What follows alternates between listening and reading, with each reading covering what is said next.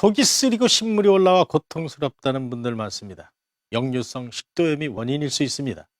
심각한 합병증을 막으려면 참지 말고 치료를 받는 것이 중요합니다. 동양인보다 서양인의 흔한 질환이었던 위식도 역류질환. 기름진 음식을 먹고 나면은 다음날 쓰린 적이 있어요. 어쩌다가 자고 나니까 갑자기 속이 시린 데가 있어요. 속이 시려가지고. 건강보험심사평가원에 따르면 환자가 최근 4년 새 무려 69%가량이나 증가했습니다. 특히 역류성 식도염은 술이나 담배를 많이 하는 남성이나 비만인 여성들이 주로 걸렸지만 요즘은 거의 모든 연령층에서 발생하고 있습니다. 아무래도 생활 습관이 서구화되면서 식습관이라든지 모든 것이 좀 바뀌고요. 그리고 특히 이제 보시면 주야간 교대 근무를 하시는 분들 같은 경우에는 식사 습관도 굉장히 불규칙하시고 그래서 그런 것들이 영향이 있지 않을까 이렇게 생각되고 있습니다. 한 달 전부터 속이 쓰리고 가슴에 통증까지 생겼다는 20대 여성입니다. 검사 결과 역류성 식도염 환자입니다. 목이 답답하고 목에 뭐가 걸려있는 것 같고 가슴 좀 명치 부분이 콕콕 쑤시는 그런 느낌이 있고 뭐 먹으면 자꾸 넘어오고 그러니까 생활하는 게 많이 불편했어요. 식도는 목 아래에 있는 인두와 위 사이에 위치한 소화기관입니다. 그런데 위산이 역류하는 것을 막는 식도 관략근에 문제가 생기면 역류성 식도염에 걸릴 수 있습니다. 위에 원래 이제 정상적으로 분비되는 여러 가지 물질들이 있는데요. 대표적인 것이 위산이나 펩시노겐 같은 그런 효소들이 있습니다.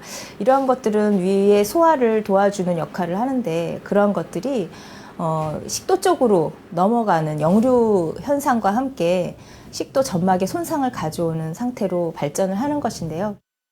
역류성 식도염에 걸리면 가슴 통증이나 속쓰림, 또 구취나 목에 이물감이 나타납니다. 그러나 단순한 소화불량이라고 생각해 방치하면 합병증으로 발전할 수 있습니다. 식도염 상태가 진행이 되는 경우에는 출혈이라든지 심한 궤양 같은 것들이 생길 수가 있고요.